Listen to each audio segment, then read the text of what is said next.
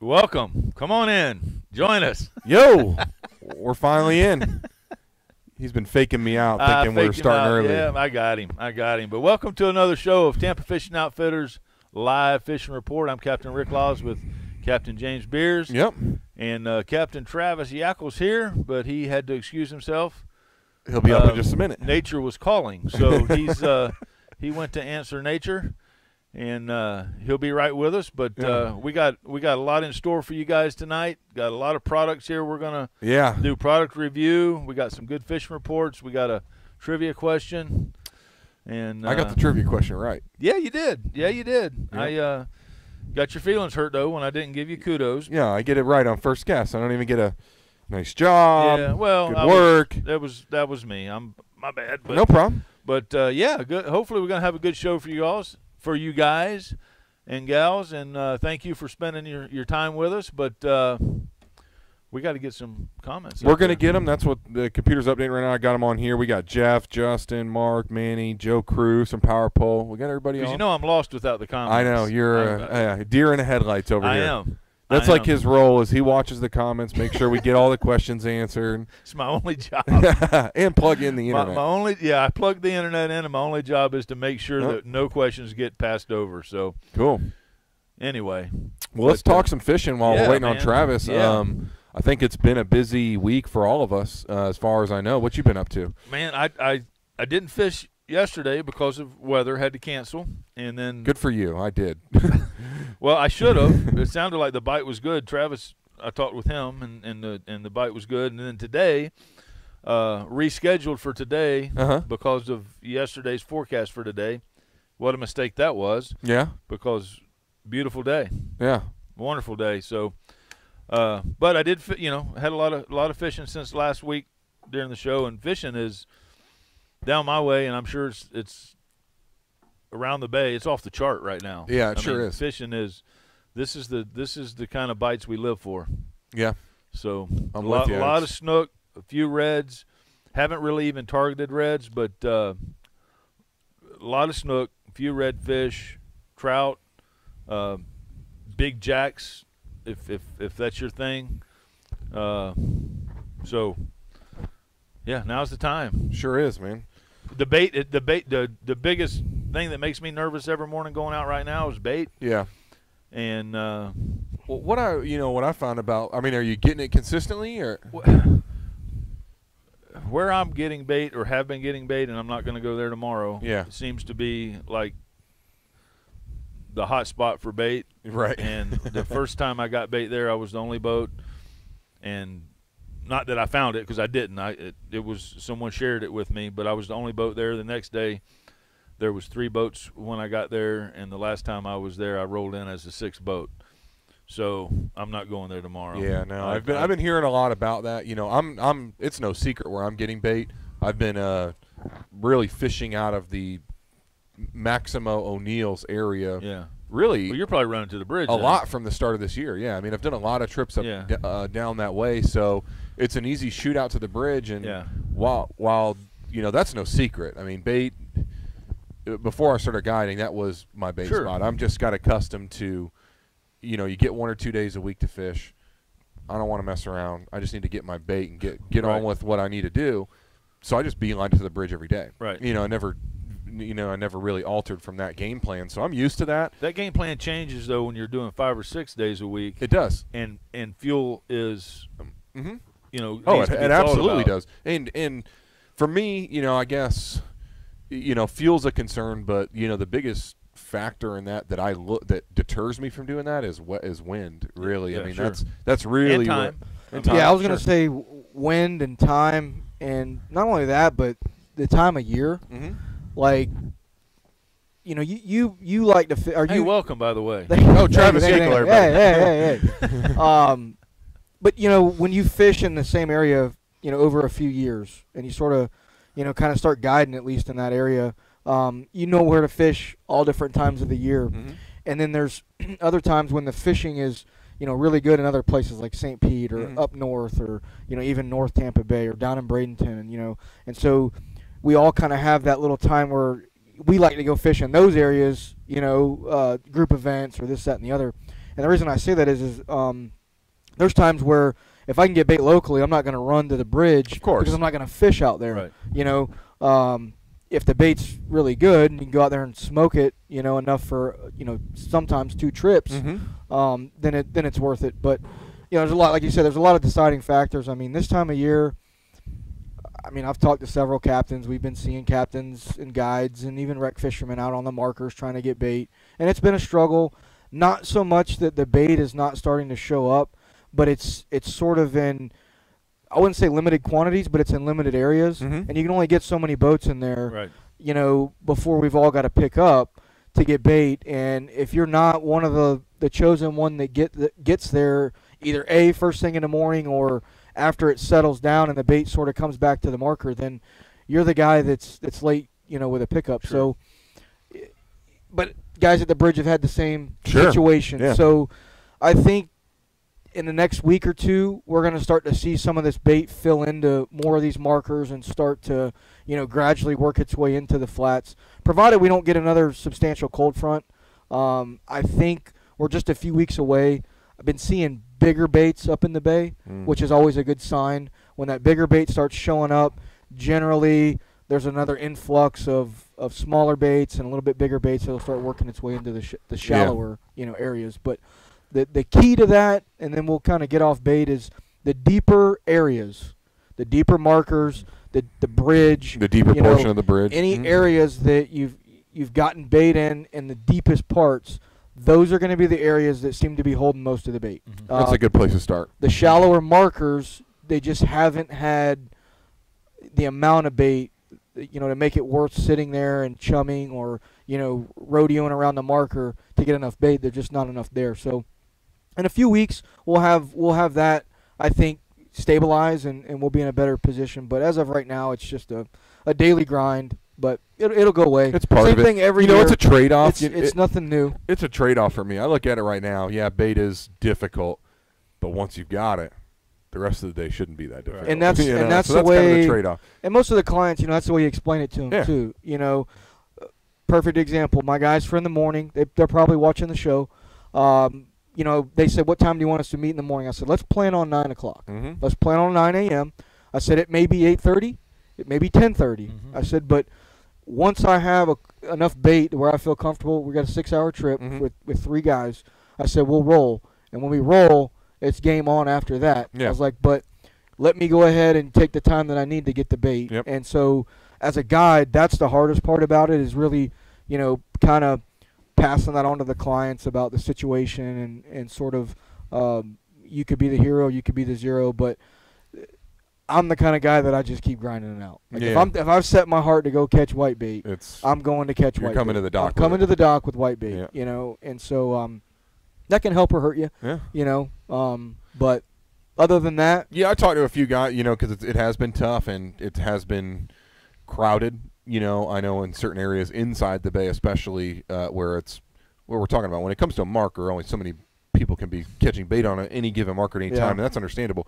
But the thing is I've talked to other people that forego that, and they're just doing the shrimp thing and having good results too. So, you know, if that's your approach, so be it. Right, right. And I can tell you, man, like I threw artificials all morning, and we were doing some different stuff. We were really scouting some area, and they wanted to catch a few fish, but the amount of fish that I saw, and you know the areas that we did fish, we caught fish, and it was all on artificial. So, little thing to throw out there, you know, if you don't get a lot of bait, you know, you can use that bait as sort of like an activator and chunk some fish up and throw a miradine or throw a jig in there, and it's going to be pretty productive. Matter of fact, I forgot to mention on the show, but 2-3 weeks ago, I got into some bait, and it was all the tiny stuff, man. And you guys know, I mean, I hate it. I hate having a live well full of them little tiny ones, unless I'm snapper or mackerel fishing.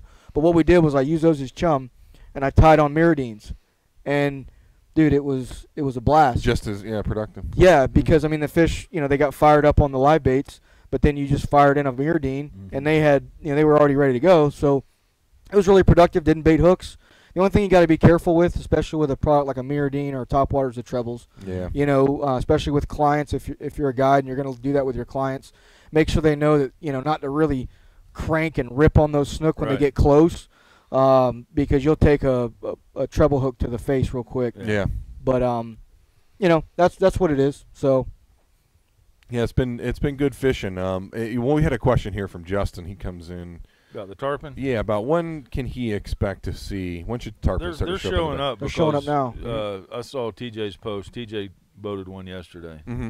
Yeah, that water's, you know, I marked water really up until, I would say, Sunday, and then Monday got a little bit cooler. But I saw water pretty much, for the most part, 74 to 77 degrees throughout the different areas of the bay. Yeah. And that's even out at the bridge in the middle. So it really is temperature-driven, Justin. So, you know, if this pattern we're in, we continue to see that trend continue, the warming trend, and we don't have any major cold fronts, then it's going to be, the numbers are going to show up sooner than they would should we go into it like last year, where March we had a big, we kind of had that tough span of low temperatures that could slow things down a little bit.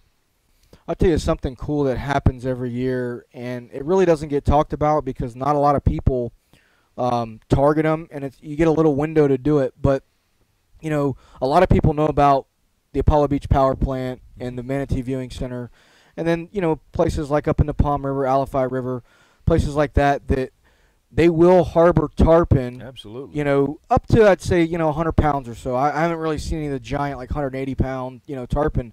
But throughout the year, those fish will reside up in this, you know, industrial areas around the power plants. And what happens is when spring starts to sprung, those fish will actually move out. Yeah. And there's a transition period, especially through the South Shore area, you know, not on the flats, but on the deeper troughs off the edges of the sandbars and stuff. There's tarpon that'll get out there and migrate out towards the bridge and the reefs and start to set up and sort of stack up. Coming from inside.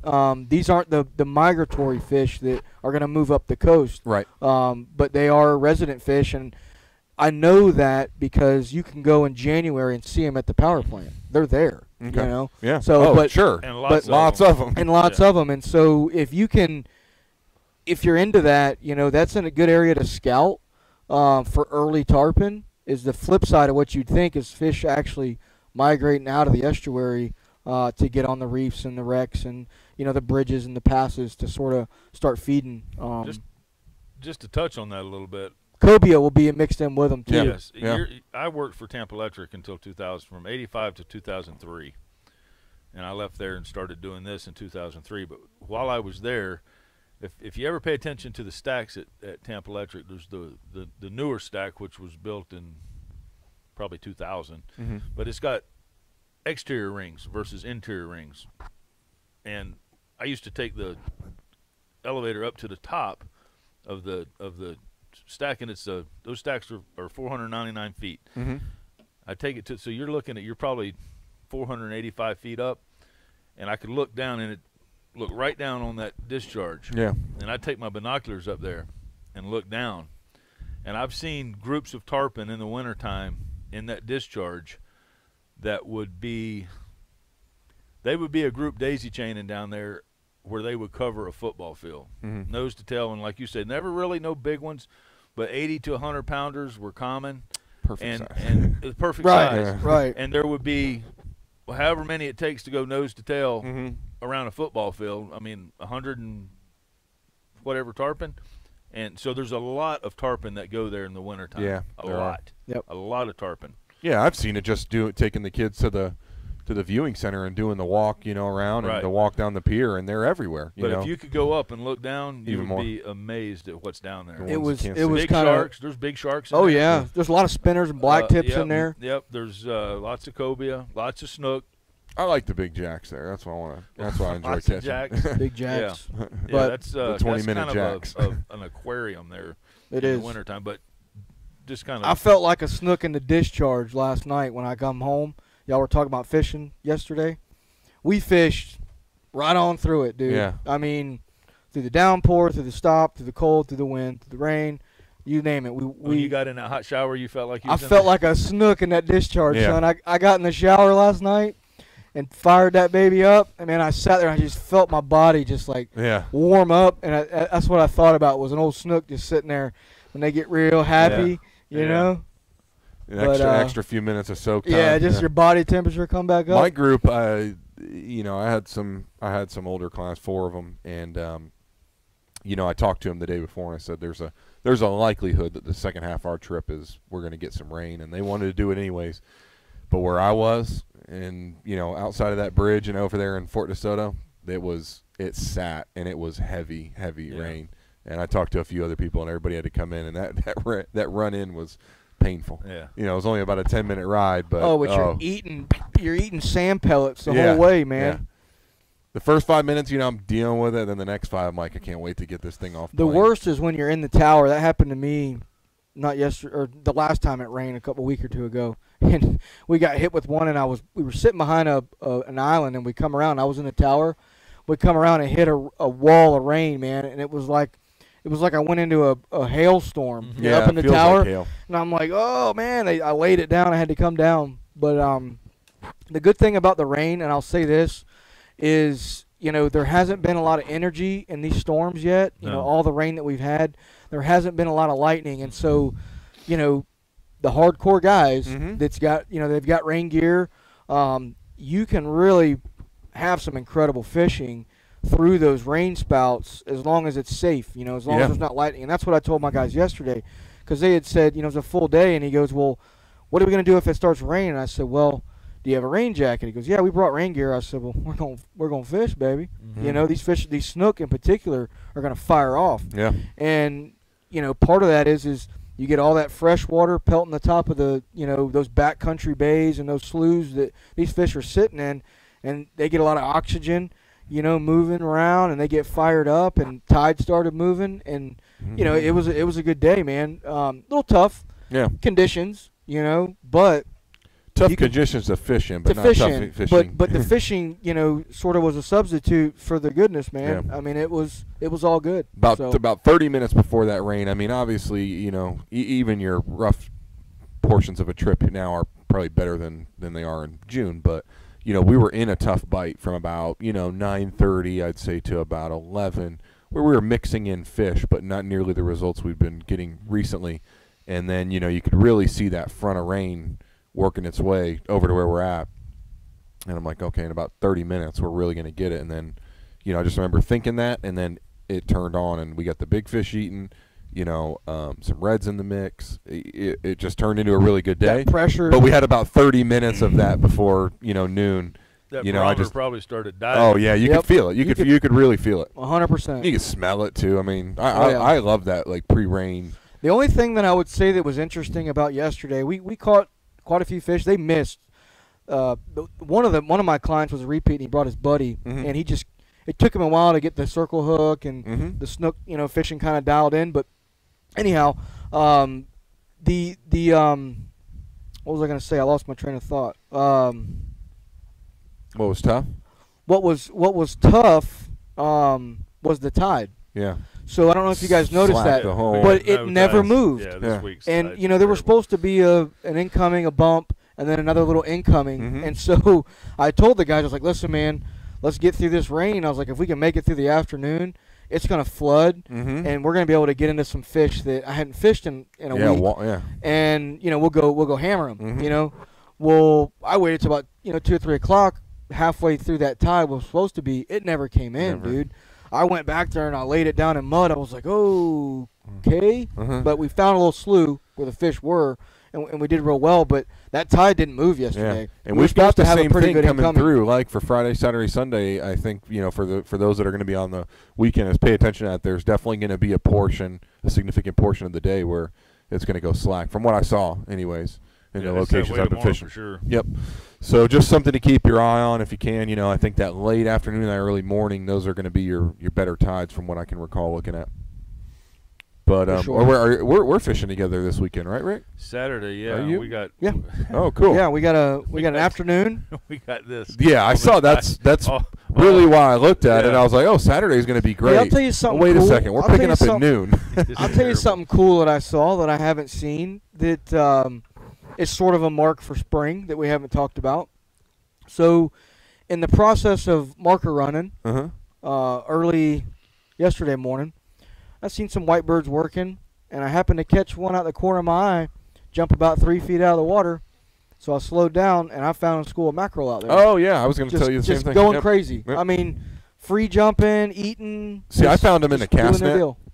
Oh well, with some new holes, but hey, an area that we fish for mackerel, there was some fish showing up. I've already had calls on mackerel. Yeah, I'll tell you, one of the ones that was in the cast net was this big and fat. I'm surprised he Smoker, didn't blow baby. his way out. Well, he just about did. Yeah. I mean, I think that there was so much bait in the net too that probably saved my net. Didn't give him a whole lot of space to move. The baits got shredded, not the net as much. But there was I think in all 4 mackerel and a few throws. So they're definitely there at the bridge. For those that like to fish the Skyway Pier, it's probably safe to start targeting them.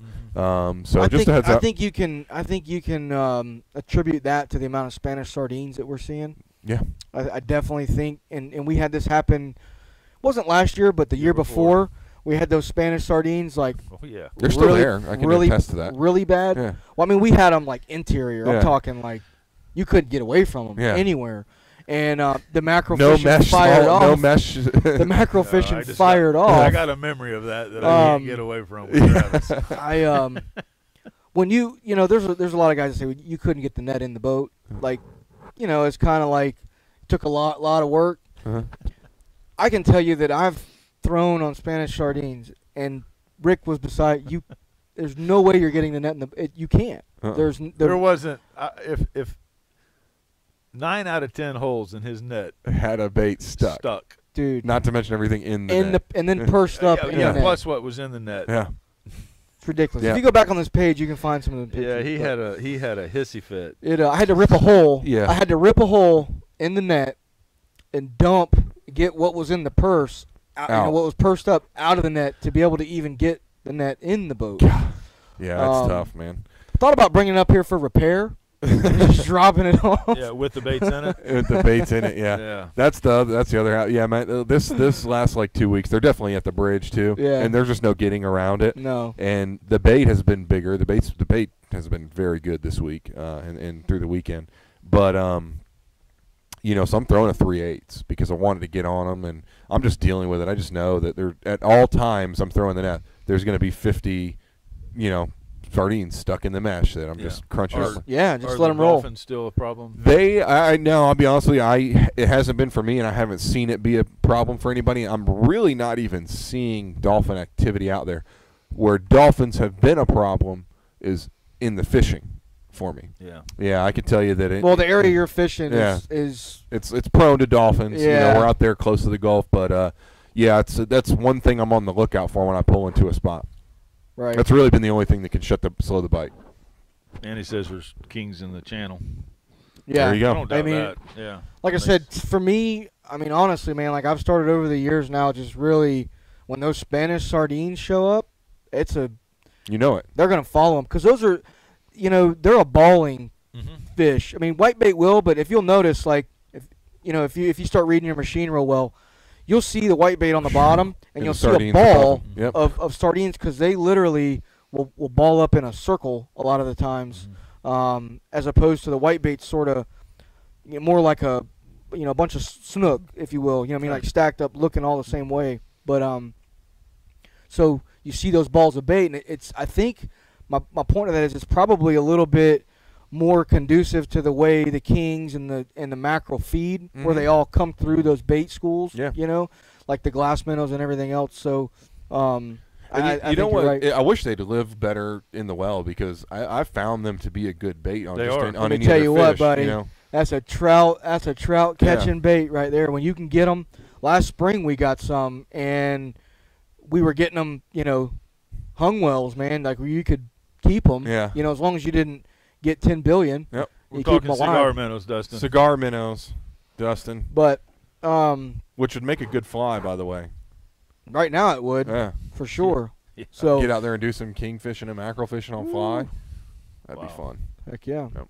But actually, Rafael Rios, the Spanish sardine, he's been working with Keaton and I trying to track down a specific fly that he said is, deadly on the kingfish and mackerel. So, but I know we got for the rest of the show, guys, we want to talk about some of the new products we've got in the store.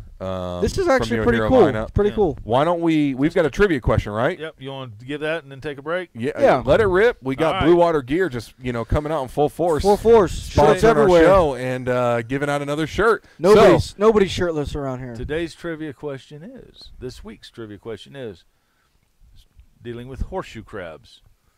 When do horseshoe crabs mate? Like what time of year? Yes. Okay. No, not what time of day. I don't know what time of year. Oh. As soon as they wake up. All right, so what time of year? So we're going to take a break. Feel free to throw it in the comments if you've got an answer. We'll keep our eye on that when we get back. What's the winner win? What's the winner? Blue Water Gear shirt. Yeah, okay. They're just your size, whatever you want, man. Okay. Free reign. I like it.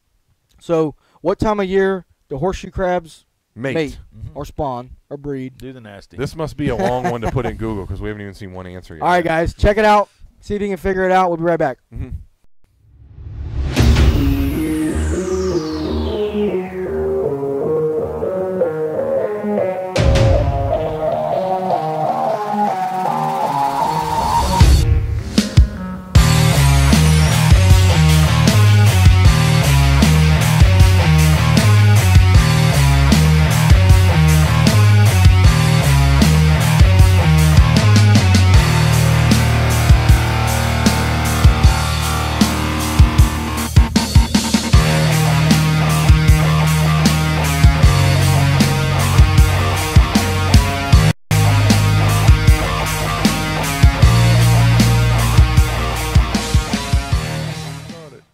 All right, guys, welcome back. Tampa Fishing Outfitters live fishing report. Myself, Captain Travis, Captain James, Captain Rick. Captain Jason is MIA once again. Well, he's recovering from his skiing trip. At that Probably, age, it They're takes so happy he a came back. week of it for give him, in all honesty, at that age, right? When you've vacationed for a week, it does take a full week to recover. You gotta let the hips. That age. You gotta let the hips. Put a little WD-40 on the hips. Lube it up. But anyway, guys, so we got some answers fired in. Ollie! Got it all the time. All the time. Year-round spawners. They don't stop, huh? Nope. They're like rats. Okay. And rabbits. So, Ollie, man, you got to shoot us a message. Let us know the shirt size. We'll get you hooked up with a Blue Water Gear shirt that we'll get sent out to you, or you can pick up in the shop. But, to kind of change gears a little bit, we've been talking a lot of fishing, and if you guys have questions, man, fire them. Yep, there you go, Eric. Just a moment too late. But, yes, all year in Florida.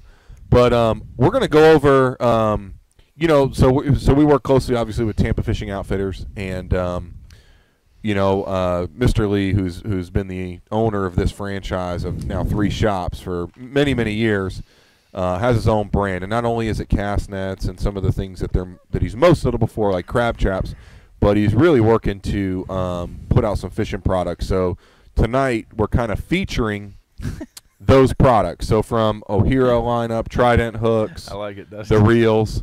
What did Dustin say? I'll tie you a mating horseshoe. Crab fly bait. Yeah, dude. I think I can use that. Give that one to Sardinia. Hey, Garrett. Joe Cruz, Google's false advertising. You might have to do some research. We're going to have to start doing that. It's like if it's the first 3 lines of Google, like the first 3. It can't be. Well, I got my information from FWC. Right. We get our information I direct figure they from probably know. Direct from the source, baby. But yeah, I mean, so some of the like house brand Tampa Fishing Outfitter products, I think that people most know us for our braid. That's like one thing that everyone comes back for. But there's been a new release of braid, so we've updated it. So let's do some close-ups. Yeah, the previous braid was a 4-carrier braid, kind of based on the original Power Pro. Just made to be a little bit thinner. And now the industry trend seems to be going to the 8-carrier braid, which is going to make it a little more round, a little more thin. It's going to have a little less memory, so it's a little more pliable. So in the real world, that's going to work to casting distance and lifespan of the braid. But so now there's been the 8X released. We're just getting this in. We busted out some of the 20 to play with and throw on some spools, and you'd be surprised. Like spooling line in a shot. Well, totally round. Being a more round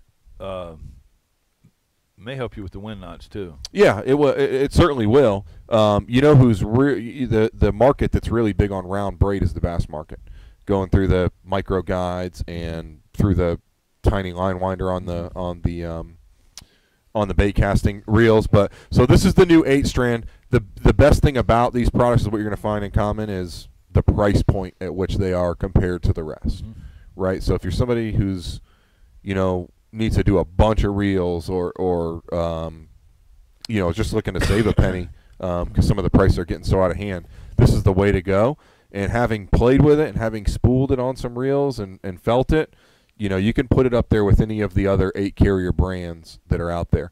And it comes in some different colors that aren't offered. So this one's red. We've got black. Do y'all sell, like if somebody wants to come in and get a 2,000-yard spool here? Oh, yeah, absolutely. Okay. Doesn't matter what you want. Yeah, we did. So it's prepackaged in 150, 300, and 2,000-yard spools. Okay. Yep.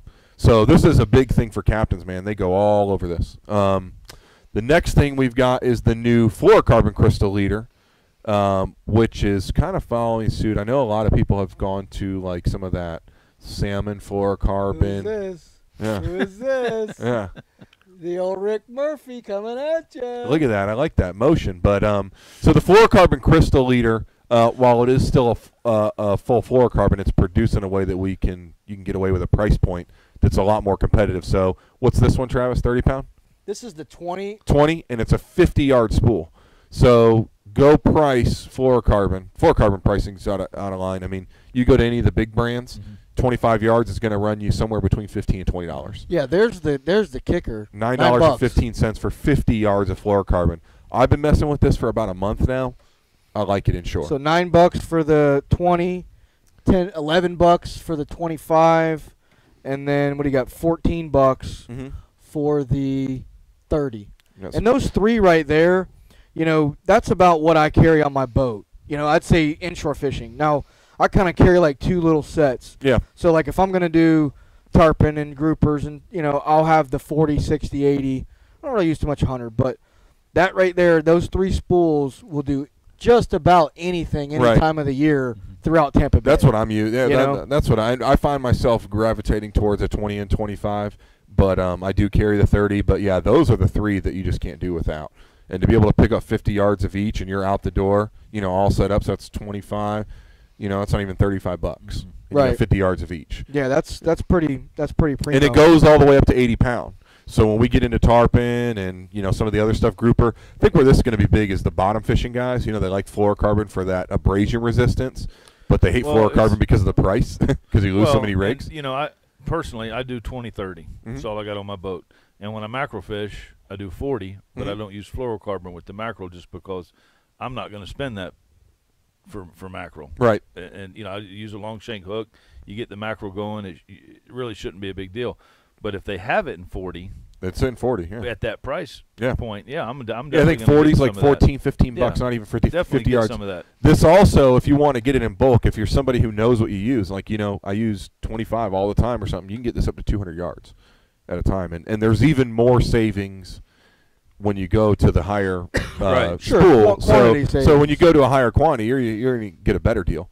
So that's a new product, guys, that we've got in the store. So it's definitely something to check out. Some of the classics are that now have really created a name for themselves, and I'm finding that you compare sales wise, there's a lot of people in Tampa Bay fishing this hook. This is the Trident inline circle hook, and you'll notice that the way that hook is shaped is awfully familiar. It's kind of based on that Mutu style circle hook. It's a lot like an owner. Yeah, it's it's spot on. It's a good hook. The price can't be beat. You can buy it in bulk. You can buy it in small packs. Now over the life of this Trident hook, there's been changes over time, like things that Mr. Lee found and improved upon. So I have a lot of confidence in the way the hook operates now, especially coming from somebody who liked that owner Mutu style hook. But these go all the way up to a 6/0, I believe, in the bulk packs, and I think you can get a 7 and 8/0 in the smaller packs too. Yeah, I like those. Those are good. Those are good. Like mackerel hooks, inshore live bait hooks. What a lot of people won't realize is most of the time the hook doesn't fail. The snook or something chews through the leader, or you break it off in a tree or whatever. And so, I see a lot of these guys that go to that really premium, inshore game, hook, and they're spending $1 a hook and they're throwing them in the trees. For guys like us, and from, like you said, from an economical perspective, this hook right here for the duration that you'll probably have it on the line is going to perform just as good as well. Anything else. Yeah, it's not going to straighten out on right. you. I mean, I know guys that'll put a hook on, they'll go 4 fishing trips with it. That just doesn't happen with us. No. It just doesn't. No. What you got there is a question. Mike says long shank mackerel hooks with a question mark. Yeah, the 2X and 3X is what I use for mackerel fishing, and I get them at Walmart just because I can't get up here a lot of times when I'm trying, and I honestly don't even know if they have them here. We do. But then I'll need to get some here. But yeah, it's not a circle hook. It's just a long shank hook that is a little more forgiving on the mackerel with the sharp teeth if they get just about every size up to 50. But yeah, I think you'll find that we all use the same. I know some people use that J hook and tip it with steel leader or something, but I think for the most part we all put like a 40-pound shot of mono or fluoro on the end of that J hook. You're gonna lose a bunch of hooks, even if it's long shanked. But it's even with wire. If you tip it with 6 inches of wire, a lot of times they hit it up. Yeah, your bites are gonna. This is the other one, James, and I think I've got 2 or 3 sets of these. Price point, it's spot on, $7, right?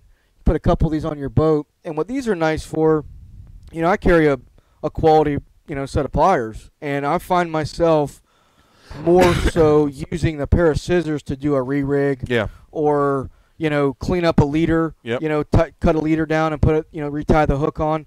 I'm using a pair of scissors over my pliers on my hip. Those little ones that we had up here a couple months ago, those little black ones down there, they're $4. That is legit.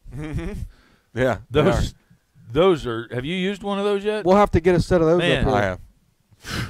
Yeah, I know. That's my best friend on the boat for a long time. For $4, I'm like, you got to be kidding me. But Travis is right. When it comes to a small pair of scissors, that is definitely the tool every day that I use most. Right. Cleaning up leaders, retying. It's just I always have them handy. So while I've got a few that are in storage, there's one pair that's just in my cup holder at all times. It never leaves. And I think on those black ones, you don't get, it's not packaged, and you don't get the little sheath or whatever that goes with it. But realistically, who uses the sheath? So realistically, you get a couple months out of those. You can donate them to the reef. Yeah, I mean, right for $6. I've been using that little black pair for 4 or 5 months now. And point being though, like what I'm just saying, like at that. Oh yeah, that price point. It's more fantastic. inconvenience to have to go find another pair than it is like the financial burden of replacing them. Right. You know, you get your use out of them. So you grab a couple pairs. You know, like I said, you put one in the hatch, you put one in, your glove box, and you throw one out in the cup holder, and you're solid for the year. Yeah, you know? Absolutely. The next thing I think is kind of one of the coolest things, which is kind of an early reveal, right? I mean, this is kind of like an exclusive here. Is.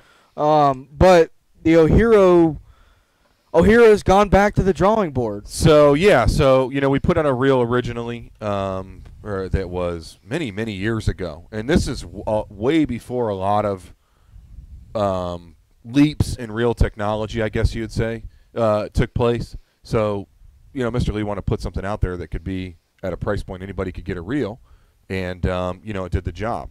It was about $50. Well, over the course of the past year.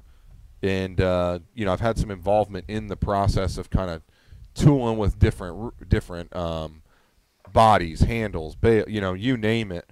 There's been a lot of effort from anglers here that have gone into the design of the new O'Hara reel, which is going to be the Hyper.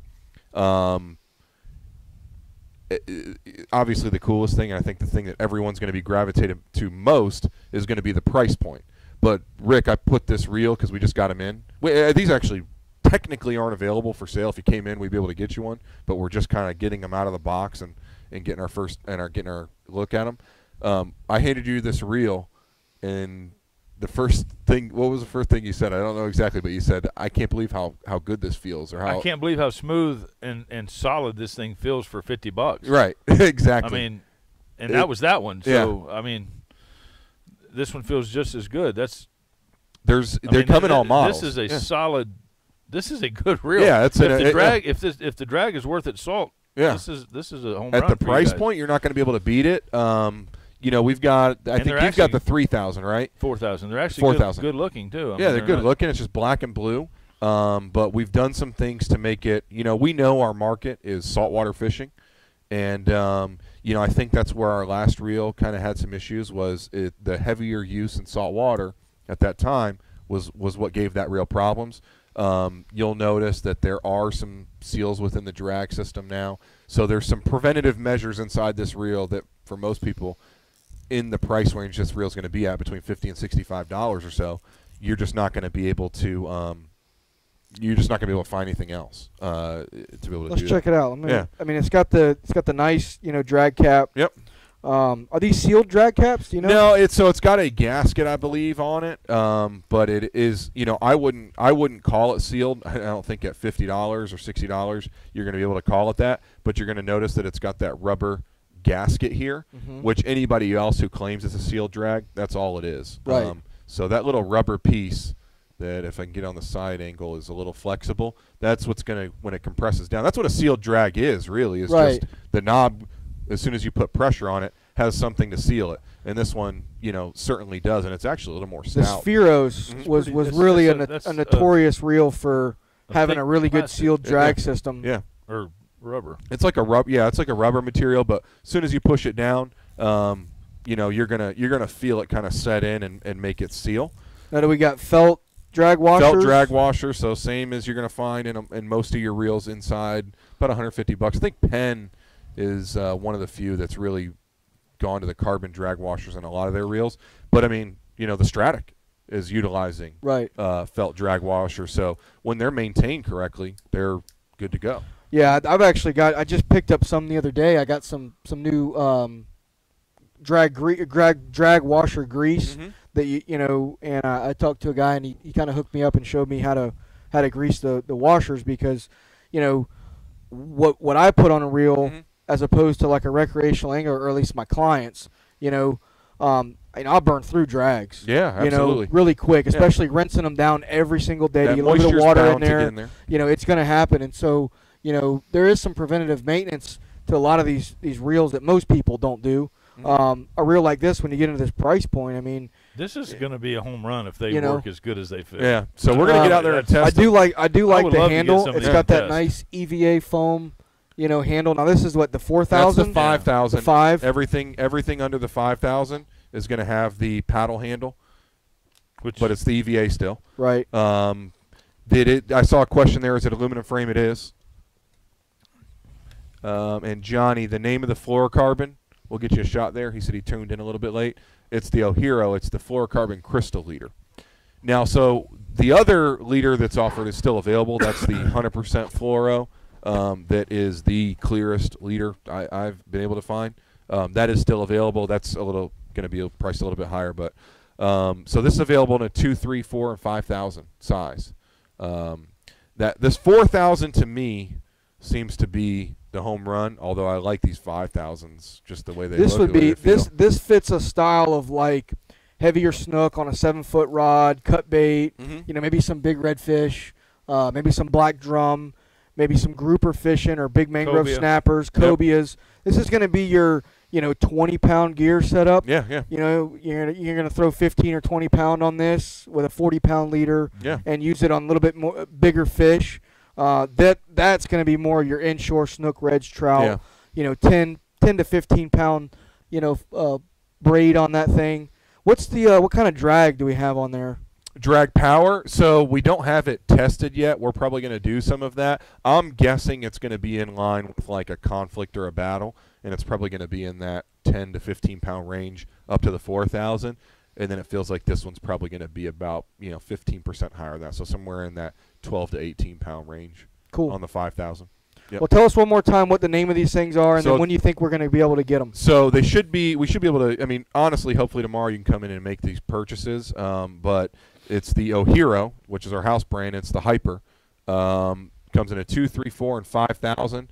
I don't know for sure yet, but I believe the price is going to be starting around $50, going up to $65 for the biggest, the 5,000. Which, when you compare on the market, and you can put this reel on the table with anything else, twice its price, and you'll be able to make the call. You'll be able to feel it yourself. And I know that we're working to get some in our hands so we can get out and test them on the water with our clients. You guys are going to make a bunch of money on those. Yeah. So the last thing we got here, man, is probably one of my favorites because I'm kind of a hat guy, man.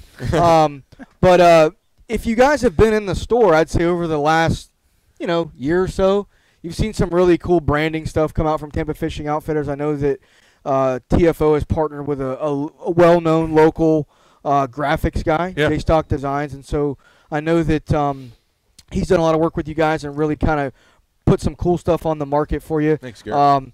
Some cool hats. So here's one. It's just this is like 3. Just so you know, this is like 3 of probably 20 different. Right. In the with the patch design. Then there's the leather patch, and now you guys haven't seen them yet, but we got the fly shop stuff in. Legit. Cool. So here we go. We got the TFO patch. These are like trucker style hats, flat bills, and then you got some really cool colors. So that's like a teal bill or an aqua bill with a seafoam with like a dark gray hat. Sorry. And then you got this guy, which is more like a scales pattern, which is pretty cool. The and then camo. Cryptek camo. I mean, I don't know all the names, James. Come on, bro. Come on, bro. You're a hat. You said you're a hat buff. I do. I mean, I don't make hats. He's not a graphics buff. All right, he's not a graphics buff. My hat wearer, man. But and then the last thing we got up here, guys, is some cool T-shirts, or some fishing style shirts, which I've never seen the one over there. Oh yeah, so well we've done we've always done the performance shirts. So I'll start there. This year it's going to be offered with a hood. That's like that's really become my thing on the water. Sure. Is the buffs bother me? They really do. Like I don't enjoy wearing the face thing. See, I do, but I do both. But I don't want my ears and my neck to get roasted. So that hood, I started wearing the ones from Sims, and I was like, you know what, J-Stock, show me what you got in hooded performance shirts, because that's really all I want to wear anymore. So we've done that. So we got a few colors in those. That's just one of them. That's just the blue. But something new we've done with him is more like this heathered performance shirt look, which has like that reverse stitching. I think if you were to probably like look for this shirt with somebody else's logo on it, you'd probably be up in the $50, $60 range. I want to say this shirt's like $32. Yeah, $32.99. So it's got the logo hit there, logo hit on the back. But real thin, it's too. also a nice shirt. Like this brand is producing shirts for a lot of well-known companies. So it's the same blank with somebody else's logo. Sure. But Joe Cruz hoodies are. Yep, no doubt, man. That's all I can mess with anymore are those hoodies. But so this is not even close to all the products we have. But this is a ton of them. Not a smooth transition, but we're back. Yeah, I figured instead of talking whitebait all night, we'd show you some of the stuff that's offered in the shop that you're supporting a local company. This is, we all have a hand in the design of all the apparel. Give the feedback on the terminal stuff and on the reels. Yeah, we had a big part in the design. So I'm definitely excited to see what it has. Now the next big thing to come, which is unfortunately still a few months away. Rods. The new rods. The new O'Hero inshore rods. I don't think I don't think there's anybody that could be watching the show that's never put their hands on the Gold Series inshore rods. Especially if you're a guide. Which right now they're 2 for 1 because we're trying to make room for the new rods that are coming in. But if you're a guide, I mean, at some point you've had them. I mean, it's almost impossible not to. Those have been a big hit. And the new ones we've done, I'd say as much feedback and design went into what we wanted to accomplish out of a rod that's going to match this in price point, this reel and price point, that, it's definitely going to be a game changer here locally for our anglers to be able to roughly be in a combo of what this is going to provide for around $100. You're not going to be able to do it elsewhere. Right. But that's cool, and especially coming into spring. So, I saw these reels walking in, and I said, man, we're going to fly by the hip tonight, man, and bring some of this stuff out because this is kind of cool. Yeah. And coming into spring, I know a lot of guys are gearing up, getting the boat fixed, getting the trailer fixed, going out, buying a new rod and reel, taking the line off from last year. So there is a big spring sale coming here at the store. We're actually also going to be doing some promo code stuff coming up. So if you do watch the show, make sure you tune in each week. We're going to be doing some different unique promo codes that if you happen to be on the show or watch the show and know what it is, you come into the store, we'll have some really neat incentives for you here locally. And then we'll probably try to branch that out as we go here, maybe over some of the other locations to try to at least take care of some of our viewers that aren't in the Tampa Bay area. There's also Tarpon Fishing Outfitters and St. Pete Fishing Outfitters. So we also like to show those guys some love as they are also a parent company of Tampa Fishing Outfitters. So with that being said, guys, we're just about out of time. If anybody has a last-minute question, fire them off. We'll scroll through there and see if we've got anything that we missed. But Gary, I didn't know you came in and got that new braid. Definitely let me know how that goes. Sweet. Yeah, I'm excited. I just haven't used it, but like I said, you can learn a lot just by putting it on a reel and feeling it on how it's going to act on the water. Especially how it packs. Yeah, how it packs. So I'm feeling pretty good about that. Where is your store located? Johnny, great question, man. We've got our main locations at 3916 West Osborne. That's in Tampa over in Drew Park. So if you're familiar with where the Buck Stadium is, it's just a couple minutes away from the Buck Stadium. There's also a location up on 19 in Tarpon Springs in the Tarpon area, and there's one on St. Pete over on 34th, I believe. So you've got 3 different locations. Ali won the shirt. Yeah, Ali Ayesh won the shirt. So if you think about this place, and like I always say, it's a baby Bass Pro Shop. Yeah. It's probably got as much fishing stuff as a Bass Pro Shop. Yeah, sure. If you just look at fishing. Yeah. Well, what we hear consistently, and somebody just said it today, and it kind of stuck with me, is there's more relevant fishing stuff. Exactly. I think that with some of those bigger box stores, and I mean, I get it. They're a big company. It's hard to really, you're catering to the masses. You're catering onto to your the masses. local market. You're kind of catering to the masses, like you said, where we're focused on this region. Right. And most people, I think, would rather put their money locally. Oh, yeah. I would much rather spend my money here. Like I told you, I go get those hooks. They're Eagle Claw hooks. I run to Walmart 3 or 4 times a year and grab them, but it's usually because I got to have them the next day. Yeah, you just ran out. Yep. I would much rather spend my money here than at Bass Pro Shop or Walmart or that money's not staying in the area. You spend your money here, it stays here. Yeah, right. No doubt. Right. Not to mention, the knowledge and the advice. So, you walk into a Bass Pro Shops, you're not going to get a guy that fishes locally. You're going to have some guy that's probably in college, working a side job and probably doesn't know as much Mm-hmm. about, point you in the right direction or really giving you some good insight on your style of fishing or what you're looking to get out of the equipment, or your budget, or whatever the case may be. So, there are some good guys in here. Yeah, the coolest thing is Joy. She's like aware of all the fishing styles there are. You've got your fly, your freshwater, your offshore, and you name it. There's so many different fishing styles. She's dead set and determined to make sure that somebody in this store is an expert on that style of fishing at all times. Right. She schedules it that way. She hires that way. That's smart. So that whatever you want information on, or you could be learning to throw a cast net, because I started spending less time here, and I was the guy teaching everybody how to throw a cast net. Well, now it's Keaton in the fly shop. I was like, dude, you got to come out. We got to learn. You got to get on the boat. I want to see you do it. Yeah. Now he's teaching people how to throw a cast net. Good. Even though he will never in his life probably ever use a cast net on the water, right. The dude can wing a net and he can show you how. Right. So it's just funny how that works. But definitely thanks for all the support. I saw the nice comments there, so thanks again. But I think it's time to eat. Let's go eat. It is time to eat. And before we go, guys, we appreciate you watching. Absolutely. We always do.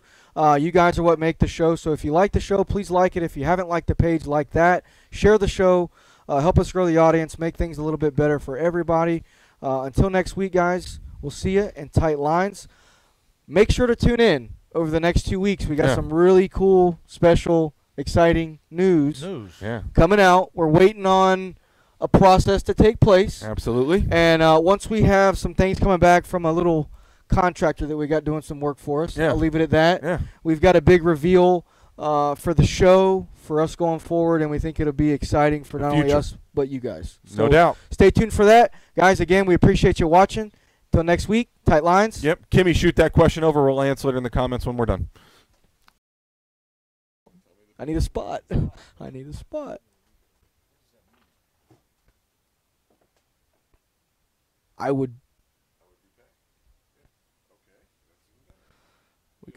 We got hookers watching.